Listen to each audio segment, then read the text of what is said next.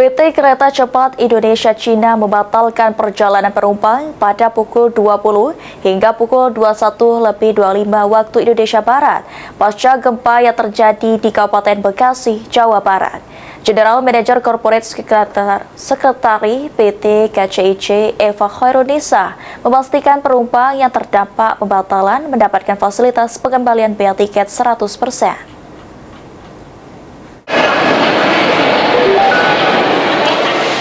PT Kereta Cepat Indonesia Cina (KCIC) membatalkan seluruh perjalanan penumpang yang menggunakan WUS mulai pukul 20.00 hingga 21.25 waktu Indonesia Barat, Rabu 20 Agustus.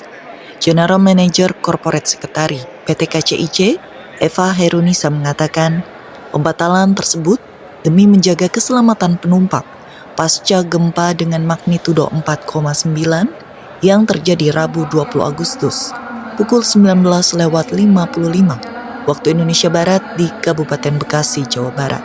Menurutnya, terdapat 8 perjalanan kereta cepat WUS yang terdampak pembatalan, masing-masing 4 keberangkatan dari Stasiun Halim dan Stasiun Tegaluar.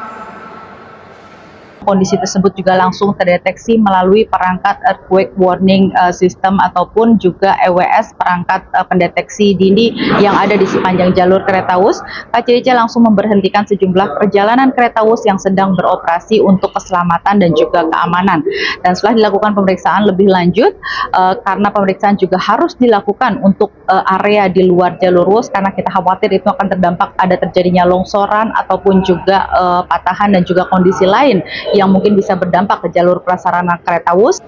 Menurutnya, PT KCIC mengembalikan biaya tiket 100% kepada para penumpang yang terdampak pembatalan. Dana pengembalian tersebut dapat diambil melalui loket stasiun hingga H+3 setelah jadwal keberangkatan. Tim Kantor Berita Antara mewartakan.